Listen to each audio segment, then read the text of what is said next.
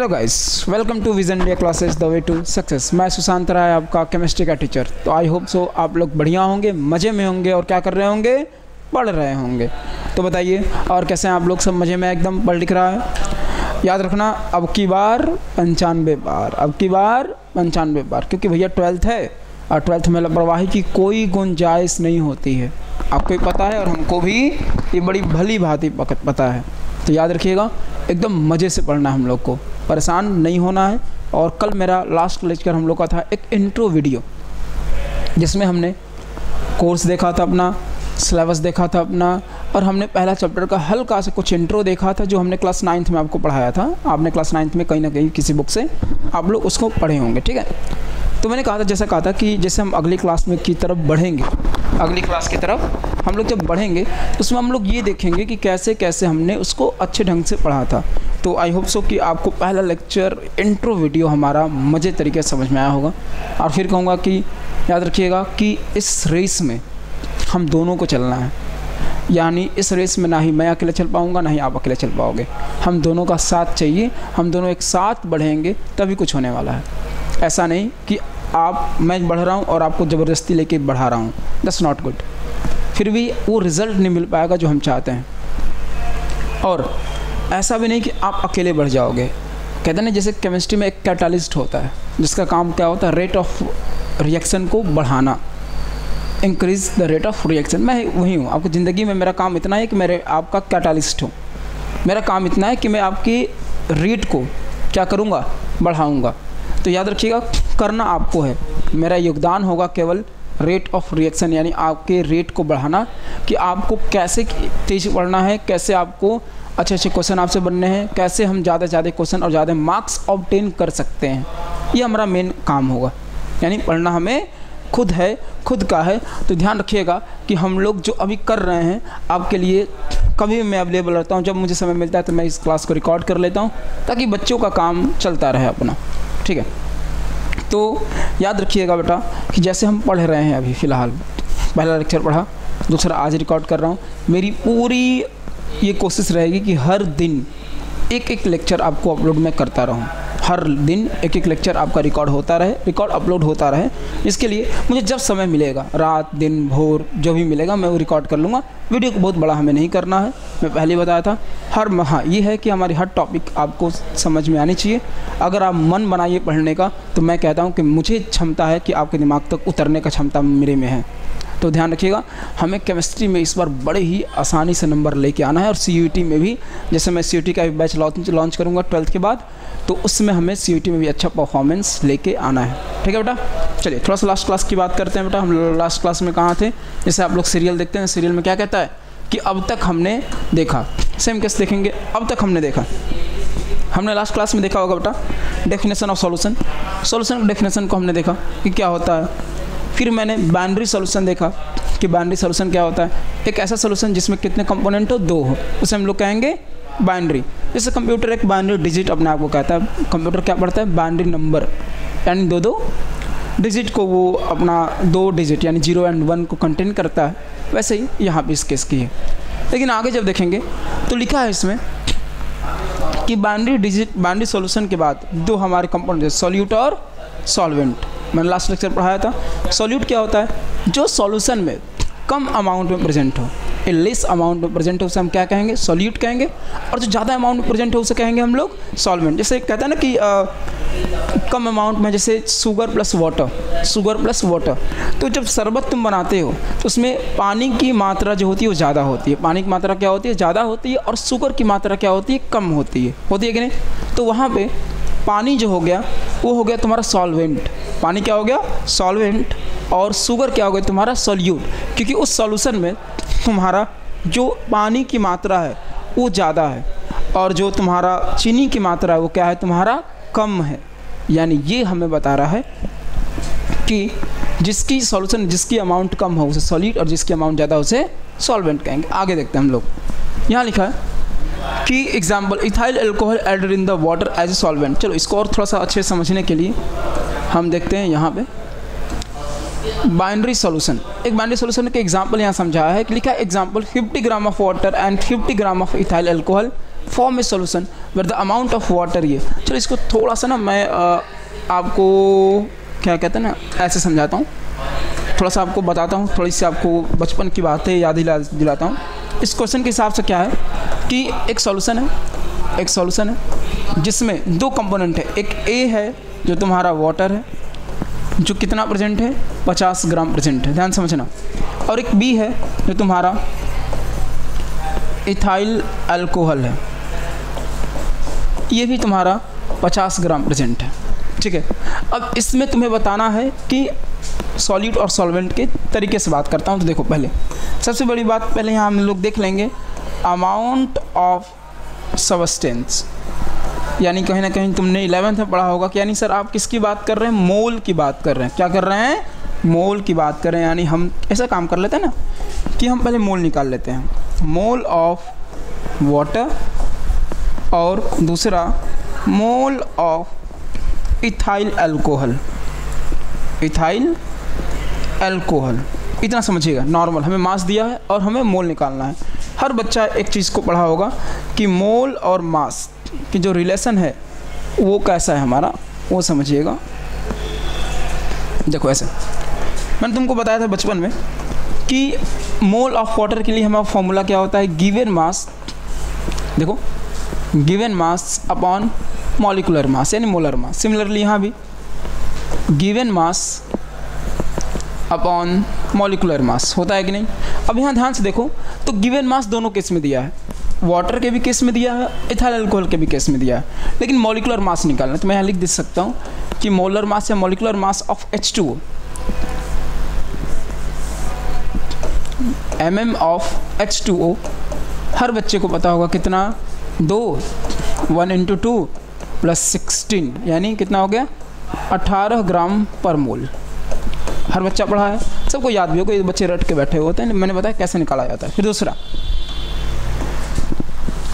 Molar mass of C2H5OH ethyl alcohol, carbon का 12 × 2 24 + 1 × 5 + 16 + 1 जोड़िए 24 + 5 + 17 direct जोड़ लीजिए भाई 7, ये क्या हो गया 7 × 3 = 10, 2 = 12, 12 × 4 = 16, 6 1 2 3 1 4 46 ग्राम पर मोल।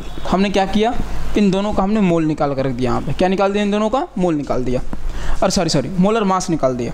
अब क्या लिख देगा बेटा, अब मोल निकाल लो मोल भैया, यहाँ लिख लो mole of water, mole of water given mass कितना है 50 ग्राम, मोलर मास कितना है 18 ग्राम पर मोल। ग्राम से ग्राम साफ, 18 से देख लो कितनी बार में जाएगा, बोलो भाई 18 में कितनी बार में जाएगा, 2 पॉइंट समथिंग, बोलो यार इतना कैलकुलेशन तुम्हें आनी चाहिए। कितना आ रहा है देखो 2.77 मोल आ रहा है। इतना मैथमेटिक्स आपको आना चाहिए, नहीं आ रहा है तो please take admission in class 4th और 3rd, शायद वहाँ भी उससे भी पहले बता दिया जाता होगा ना। C2H5OH इसका मोल बेटा गिवन मास कितना है 50 gram, molar mass 46 gram, approx 1 point something, approx 1 point, answer कितना है 1.08 मोल। अब एक चीज़ बड़ी अच्छी बात है यहाँ पे, एक बात और,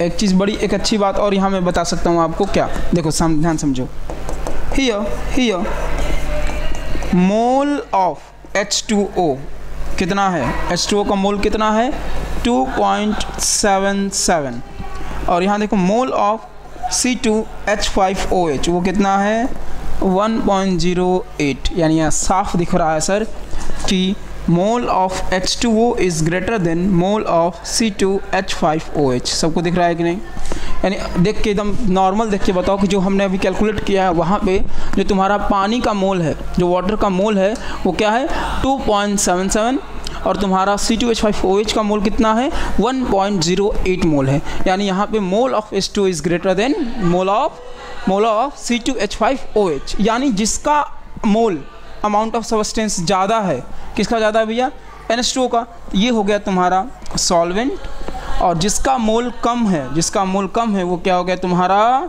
सॉल्यूट। यही बात हुआ था ना हमारा कि जिसका मोल ज़्यादा है वो हमारा क्या हो जाएगा सॉल्यूट, और सॉरी जिसका मोल ज़्यादा है वो क्या हो जाएगा हमारा सॉल्वेंट, और जिसका मोल कम है वो हो जाएगा हमारा सॉल्यूट। बताया था इतना, बोलो यहाँ तक कोई डाउट किसी को? जितना मैं पढ़ाया था सेम हमने क्या किया, हमें अमाउंट ऑफ सब्सटेंस दिया था, सॉरी मास ऑफ सब्सटेंस दिया था, हमने अमाउंट यानी मोल निकाल लिया। मोल कैसे निकाला, मोल जब हम इसको पढ़ाते हुए निकले तो given mass upon molecular mass लगाया, यहाँ से हमने मोल निकाला, और मोल निकालने के बाद हमें ये समझ में आया कि यहाँ पे H2O का जो मोल है वो क्या है, ज़्यादा है as compare to the mole of C2H5OH। समझ में आया, बोलो। चलो फिर चलते हैं आगे की तरफ, अपने डेफिनेशन की तरफ वापस बढ़ते हैं। यहाँ देखो क्या हो रहा है, यहाँ क्या हो रहा है, यानी बात वही है। देखो यहाँ पे कि here water is a solvent and ethyl alcohol is a solute, जो मैं अभी आपको मैंने प्रूफ करके दिखाया कि ऐसा क्यों। अब नीचे लिखा है बेटा, aqueous solution is a solution with water as a solvent and non aqueous solution is a solution with solvent other than the water like ether, benzene, alcohol, CCl4, liquid ammonia and etcetera. इसको भी अच्छे समझने के लिए मैं इसी का use करूंगा ताकि आपको सॉरी ये क्या खुल गया, हाँ इसी का यूज करूंगा ताकि मैं वहाँ पे आपको और अच्छे से समझा पाऊँ। जैसे अब इसके आगे देखिएगा, जैसे यहाँ लिखा है कि सर कभी कभी आपको दिखेगा एक्वस और कभी कभी दिखेगा आपको नॉन एक्वस। मतलब क्या इसका, जब जब आपको एक्वस कहीं दिखे किसी के नाम, मैंने कहा था ना स्टेट, आप देखोगे अभी मैं आगे पढ़ाऊँगा, स्टेट यानी फेज़।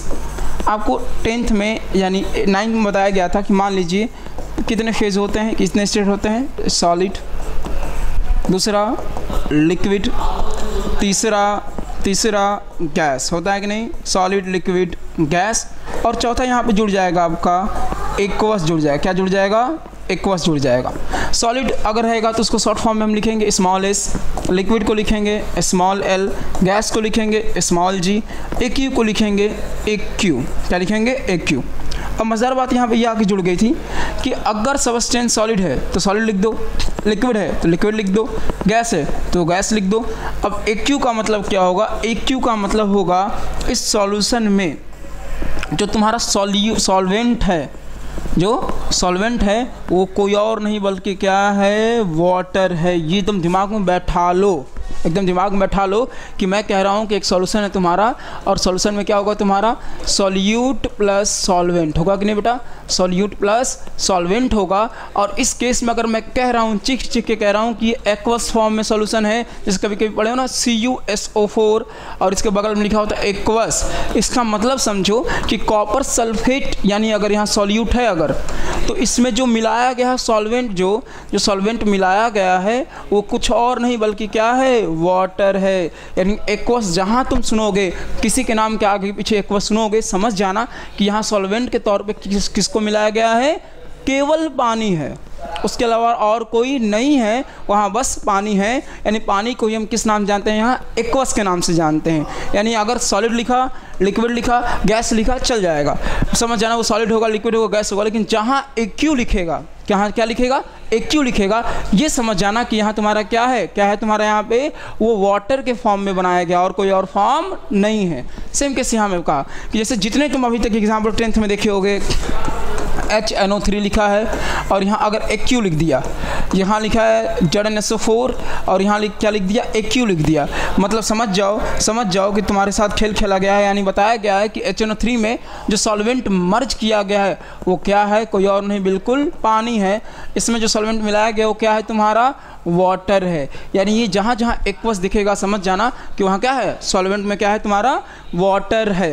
लेकिन नॉन एक्वस का मतलब क्या होता है, अगर मैं कहूँ तुमसे कि नॉन एक्वस क्या होता है बेटा, वहाँ समझना। नॉन एक्यू लिखा होगा तो समझिएगा कि यहाँ कोई लिक्विड होगा। क्या होगा, कोई लिक्विड होगा, वाटर नहीं हो सकता, क्योंकि वाटर अगर होता तो उसको मैं एक्यू लिखता ना। अगर मैं यहाँ कह रहा हूँ कि यहाँ सॉल्वेंट के तौर पे जो मैं बार बार बात कर रहा हूँ कि जो सॉल्वेंट होगा तुम्हारा, यानी मान लीजिए सॉल्यूशन है, सॉल्यूशन में एक तुम्हारा सॉल्यूट है और एक तुम्हारा सॉल्वेंट है। क्या है, तुम्हारा सॉल्यूट है और एक तुम्हारा क्या है, सॉल्वेंट है। तो यहाँ सॉल्वेंट में तुम्हारा लिक्विड हो सकता है, लिक्विड वानी CCl4 भी हो सकता है, बेंजीन भी हो सकता है, कि बताओ भैया एसीटोन भी हो सकता है, कुछ भी हो सकता है, समझो बस क्या याद रखना क्या नहीं हो सकता, वाटर नहीं हो सकता। क्या नहीं हो सकता? वाटर नहीं हो सकता। तो ऐसे केस में हम क्या कहते हैं, ये सब हमारे हैं नॉन एक्वस। समझ में आया? यानी सॉल्यूशन में अगर तुम्हारा एक्यू लिखा हो तब क्या होगा, और नॉन एक्वस लिखा हो तब क्या होगा। इतना हमें लग रहा है कि इतना तुमको क्या होगा, क्लियर हो गया होगा कि दोनों केस में ऐसा क्या होने वाला है। क्लियर? उम्मीद कर सकता हूँ कि आपको इतना तो क्लियर जरूर होगा। अगला देखिएगा, अगला जैसे हम पहुँचते हैं यहाँ पे कि अगला क्या होगा, तो यहाँ पे एग्जाम्पल देखें, solution of iodine in benzene और कार्बन डाइसल्फाइड। ये हमारा एक एग्जाम्पल दिया कि देखिए भैया यहाँ पे एक्वस नहीं लिख सकते तुम, क्योंकि यहाँ पे solution of iodine in benzene, benzene में घुलाया गया ना, तो बेंजीन यहाँ सॉल्वेंट हो गया, लेकिन यहाँ पे वाटर तो है नहीं, तो यहाँ क्या लिख सकते हैं, नॉन एक्वस सॉल्यूशन बता सकते हो। क्या लिख सकते हो यहाँ पे, नॉन एक्वस सॉल्यूशन बता सकते हो। बताओ यहाँ तक किसको डाउट? समझ में आ रहा सब कुछ? एकदम आराम से हमें पढ़ना है, आराम से हमें लिखना है, परेशान होने की ज़रूरत बिल्कुल भी नहीं है। कुछ नया नहीं है इसमें कि नहीं ये तुमको नहीं आ रहा, वो तुमको नहीं, सब आएगा। बस पेशेंस, साथ में पढ़ते रहो, लिखते रहो। मैं यहाँ खड़ा हूँ तुम्हारे लिए केमिस्ट्री के लिए। जो भी कोई डाउट होगा तुम्हें, बस तुम्हें हमें क्या करना है, बताना है। कहा जाता है ना कि मुझे जॉन एलियन साहब का एक बहुत ही अच्छी लाइन याद आता है कि अब अपने से बाहर आओ, अब खुद से बाहर आओ, खुद में से बाहर आओ, घर में सामान की ज़रूरत है। बड़ी अच्छी लाइन लिखा उन्होंने कि अब तुम अपने कंफर्ट जोन से बाहर आओ, अब घर में सामान यानी खुद के अंदर से बाहर आओ, अब तुम्हें ज़रूरत है कुछ करने की, कुछ करके दिखाने की। तो ध्यान रखिएगा, ऐसे ही पढ़िए और अपने थोड़े से कंफर्ट जोन से क्या आइए, थोड़े से कंफर्ट जोन से बाहर आइए, ताकि आपको ये लगे कि नहीं अब हमें पढ़ने की ज़रूरत है और हमारा रिजल्ट आएगा। और मैं यहाँ खड़े होकर बोल रहा हूँ और हमेशा बोलूँगा बेटा कि बस याद रखना, दो लोगों पे भरोसा रखना है, दो लोगों पे, एक खुद पे कि तुम कर सकते हो, और एक खुद सामने वाले पे, सामने वाला करा सकता है। बस दो चीज़ें पे लेके चलना है, बाकी केमिस्ट्री मेरे पे छोड़ो। Chemistry so easy. अगर तुम्हारे दिमाग में लग रहा हो कि केमिस्ट्री कैसी होगी, कैसे क्वेश्चन नहीं होंगे, मैं उसी लिए खड़ा हूँ। हर एक टॉपिक आपको एक्सप्लेन करता हुआ मैं चलूँगा। आई होप सो कि इतना में आपको कोई दिक्कत नहीं होना चाहिए। चलो आगे बढ़ते हैं। अब यहाँ आया टाइप्स ऑफ सॉल्यूशन। इससे पहले थोड़ा सा एक छोटी सी टॉपिक है जो इसमें लिखना भूल गया, लेकिन मैं उसको पढ़ाता हुआ आराम से चलूँगा कि सर चलिए ये तो बड़ी आप अच्छी बात बता दी कि मान लीजिए कि आपने कहा कि ये जो सॉल्यूशन है, जो सॉल्यूशन है सर, सॉल्यूशन का भी तो कुछ खुद का कुछ फेज होता होगा, खुद का कुछ स्टेट होता होगा। जैसे अभी आपने स्टेट के बारे में बात किया ना, solid, liquid, gas and aqueous, तो सॉल्यूशन का भी होता होगा। कहाँ? बिल्कुल होता होगा। तो मान लीजिए मैं एक एग्जांपल दे रहा हूँ कि एक सॉल्यूट है, एक सॉल्वेंट है, और वो क्या बनाया भैया, एक तुम्हारा सॉल्यूशन बनाया। सॉल्यूट का जो फेज है यहाँ पे सॉलिड है, सॉल्वेंट का फेज जो है तुम्हारा लिक्विड है। तो what is the phase of solution? यहाँ पे सॉल्यूशन का फेज क्या होगा, हो सकता है कि नहीं? अब दिमाग में आएगा सर ये कैसे बताएं, तो ध्यान समझिएगा। सॉल्यूट यानी लेस अमाउंट, सॉल्यूट यानी लेस अमाउंट, सॉल्वेंट यानी मोर अमाउंट, सॉल्वेंट यानी मोर अमाउंट। अब वो समझने वाली बात ये है तुम्हारे अंदर कि सर जैसे अभी चलो इलेक्शन जो भी होता है, भारत एक डेमोक्रेटिक कंट्री, सबको पता है, तो उसमें जो इलेक्शन होता है, पार्टी किसकी, सरकार किसकी बनती है? सरकार उसी की बनेगी जो मेजॉरिटी में होगा, जो ज़्यादा सीट जीतेगा। यानी अब इलेक्शन होने वाला है, इसका रिजल्ट आएगा, अब तक सरकार किसकी बनेगी? सरकार उसी की बनेगी जो ज़्यादा सीट पे जीते, यानी जिसकी मेजॉरिटी हो। यानी सरकार डिपेंड कर रही है कि जो ज़्यादा अमाउंट में हो, यानी ज़्यादा अमाउंट में जो होगा, जो ज़्यादा सीट जीतेगा, वो सरकार अपनी बनाएगा। सेम यहाँ भी वही है, सॉल्यूशन का फेज उस पर डिपेंड कर रहा है जो मेजॉरिटी में हो। मेजॉरिटी यानी मोर अमाउंट में हो। किस में हो? मोर अमाउंट में हो। यानी आप ये कहोगे सर डायरेक्ट कहिए ना, एक लाइन ये कहिए, आप क्यों बात घुमा रहे हैं कि the phase of solution is totally depend upon phase of solvent। यानी आप ये कहना चाहते हैं कि जो सॉल्यूशन का फेज होगा वो किस पे डिपेंड करेगा? सॉल्वेंट पे डिपेंड कर रहा है कि जो सॉल्वेंट का फेज होगा वही फेज़ होगा सॉल्यूशन का। क्यों? क्योंकि अभी आपने कहा सरकार उसी की बनेगी जो मेजॉरिटी में होगा, जो ज़्यादा सीट जीत रहा है, और यहाँ सरकार उसी की बनेगी जो ज़्यादा अमाउंट में होगा। सॉल्यूट क्या होता है? कम अमाउंट में होता है, और सॉल्वेंट क्या होता है? ज़्यादा अमाउंट में होता है। यानी चुपचाप आपको जब भी सॉल्यूशन का फेज़ पूछे, सॉल्यूट का फेज़ नहीं देखना है आपको केवल किसका फेज़ देखना है? सॉल्वेंट का। जो सॉल्वेंट का फेज़ होगा वही तुम्हारा सॉल्यूशन का फेज़ होगा। इतना क्लियर है? इतना क्लियर है। एग्जाम्पल के लिए मैं यहाँ दिखा सकता हूँ, तुम्हें पढ़े होगे, water plus sugar to form शरबत, है ना। अब देखो ध्यान से, टू फॉर्म शरबत। अब देखो ध्यान से, जब तुम शरबत बनाते हो बेटा तो वाटर का अमाउंट क्या होता है? मोर होता है, शुगर का अमाउंट लेस होता है। शरबत कैसा दिखता है? लिक्विड जैसा। यानी यहाँ पे वाटर का अमाउंट क्या था? ज़्यादा था। यानी जब सॉल्वेंट का अमाउंट ज़्यादा होता है, सॉल्वेंट यानी ओवरऑल आपसे कोई सॉल्यूशन का फेज़ पूछ रहा है कि what is the phase of solution, solution का स्टेट क्या होगा, आपको घबराना नहीं है। डायरेक्ट बोल देना कि नहीं बताएंगे, नहीं ऐसा कुछ नहीं। डायरेक्ट क्या बताना है कि सर आसान तो है, आप सॉल्वेंट का फेज़ देखिए बस। किसका फेज़ देखिए? सॉल्वेंट का। जो फेज़ सॉल्वेंट का है वही फेज़ किसका हो जाएगा? सॉल्यूशन का हो जाएगा। लोग सामने वाला पूछेगा ऐसा क्यों, मैं कैसे मान लूँ?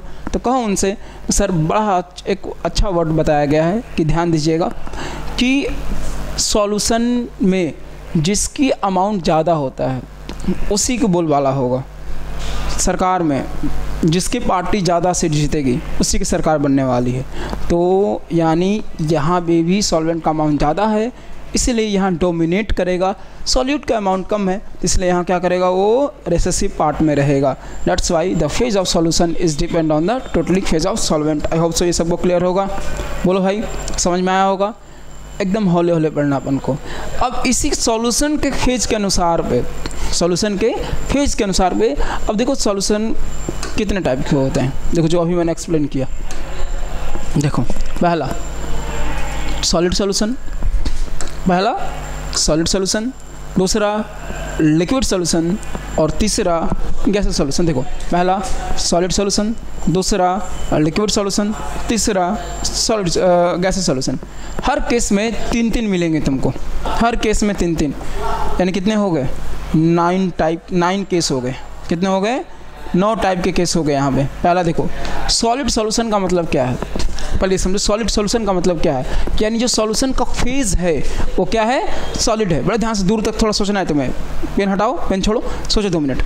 कि सर ने कहा है सॉलिड सॉल्यूशन, यानी जो सॉल्यूशन का फेज है वो क्या है? सॉलिड है। यानी सॉलिड का फेज सॉल्यूशन का phase is totally is comparison with the phase of solvent. यानी अगर इसका सॉलिड है सॉल्यूशन का, तो हमारा सॉल्वेंट का भी क्या होगा? सॉलिड होगा। इतना क्लियर है क्या? इतना क्लियर है क्या? अब देखो इस केस में सॉल्वेंट में देखो तीनों क्या है? सॉलिड है कि नहीं? इसलिए इसको हमने क्या नाम दिया है? Solid solution. दोबारा मैं कह रहा हूँ कि अगर मैं सॉलिड सॉल्यूशन कह रहा हूँ तो ध्यान दीजिएगा, सॉल्वेंट तीनों केस में क्या होगा? Solid solid solid. अगर मैं लिक्विड सॉल्यूशन कह रहा हूँ एकदम कुछ सोचना ही नहीं, डायरेक्ट कहना कि अच्छा सर लिक्विड सॉल्यूशन यानी जो सॉल्वेंट का फेज होगा वो क्या होगा? Liquid liquid liquid. Gases solution कह रहा हूँ मैं, किसकी फेज? गैसेस सॉल्यूशन की। यानी यहाँ भी सॉल्वेंट का फेज गैस गैस गैस होगा कि नहीं? बोलो। यानी ये कुछ भी रखो, इंटरचेंज करो एक बार, solid liquid gas, solid liquid gas, solid liquid gas. भैया सरकार तो बनने वाली है सॉल्वेंट की ही। यानी मान लीजिए पहला एग्जांपल एक है कि हमारा अगर सॉल्यूट सॉलिड हुआ और सॉल्वेंट सॉलिड हुआ तो एग्जांपल क्या है? देखो एलॉय, जैसे ब्रास हो गया। ब्रास किसका हमारा कंपोजिशन होता है भैया? कॉपर और जिंक का। जर्मन सिल्वर क्या होता है? Cu Zn निकल का होता है। ब्रॉन्ज क्या होता है? कॉपर और Sn यानी किसका? टीन का होता है। अब बड़े ध्यान समझिए यहाँ पे कि सारा एग्जाम्पल जो है इसमें दोनों फेज सॉलिड और सॉल्वेंट दोनों क्या है? सब किस फेज में है? सॉलिड फेज में है। यानी इसका एग्जाम्पल क्या हो गया? सॉलिड सॉल्यूशन हो गया। दूसरा देख बेटा, सॉल्वेंट अभी भी सॉलिड में है, यानी जो ओवरऑल सॉल्यूशन बनने वाला सॉलिड फेज में रहेगा। लिक्विड जो मिल रहा है इसमें वो कम अमाउंट में रहेगा। एग्जाम्पल के देखो, amalgam of Hg with sodium. अब जब हमारा जो अमलगम बनता है Hg का कुछ सोडियम के साथ, यहाँ देखो Hg तुम्हारा हो गया, ये क्या हो गया तुम्हारा मर्क्यूरी, ये लिक्विड फॉर्म में यानी सॉल्यूट है यहाँ पे, और सोडियम यहाँ क्या हो जाएगा सॉलिड फॉर्म में यानी सॉल्वेंट है। हाइड्रेटेड सॉल्ट, जितने हाइड्रेटेड सॉल्ट होंगे, हाइड्रेटेड का मतलब होता है हाइड्रेटेड, जहाँ नाम आ जाए वहाँ अमाउंट ऑफ वाटर मिक्स किया गया है। सॉल्यूशन में सॉल्ट में हमने क्या दिया, पानी डाल दिया, वो क्या हो गया हाइड्रेटेड सॉल्ट हो गया, उसमें से पानी निकाल दो, डिहाइड्रेटेड सॉल्ट।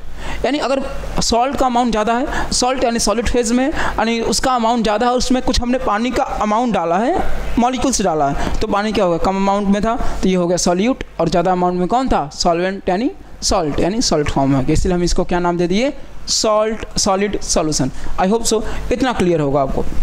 बात रखिएगा इस केस में, इस केस में भी हमारा जो तुम्हारा सॉल्वेंट है वो क्या है सॉलिड है, सॉल्वेंट भी क्या है तुम्हारा अभी भी सॉलिड है, और हमारा लिक्विड सॉल्वेंट क्या है तुम्हारा गैसेस फेज में, सॉल्वेंट क्या है तुम्हारा गैसेस फेज में है। तो परेशान होने की बिल्कुल ज़रूरत नहीं, यानी बस दिमाग में सोचो सॉलिड ज़्यादा होगा गैस कम होगा, सॉलिड ज़्यादा होगा गैस कम होगा। यानी आप ये कह रहे हैं क्या, कि dissolve of gases in mineral, किसी मिनरल में जो गैस डिज़ोल्व की जाती है, अब्जॉर्ब की जाती है, वो किसके एग्जाम्पल हो जाएंगे गैसेस, यानी सॉलिड सॉल्यूशन में सॉल्यूट गैस होगा और सॉल्वेंट सॉलिड होगा। आई होप सो मैं इतना जितना आज पढ़ाया आपको समझ में आया होगा। बोलिए बेटा, थोड़ी मेरी अगली क्लास है कहीं, तो बच्चे वेट कर रहे होंगे मेरी, तो मैं उम्मीद करता हूँ कि यहाँ तक आप सबको क्लियर है। कोई डाउट यहाँ तक?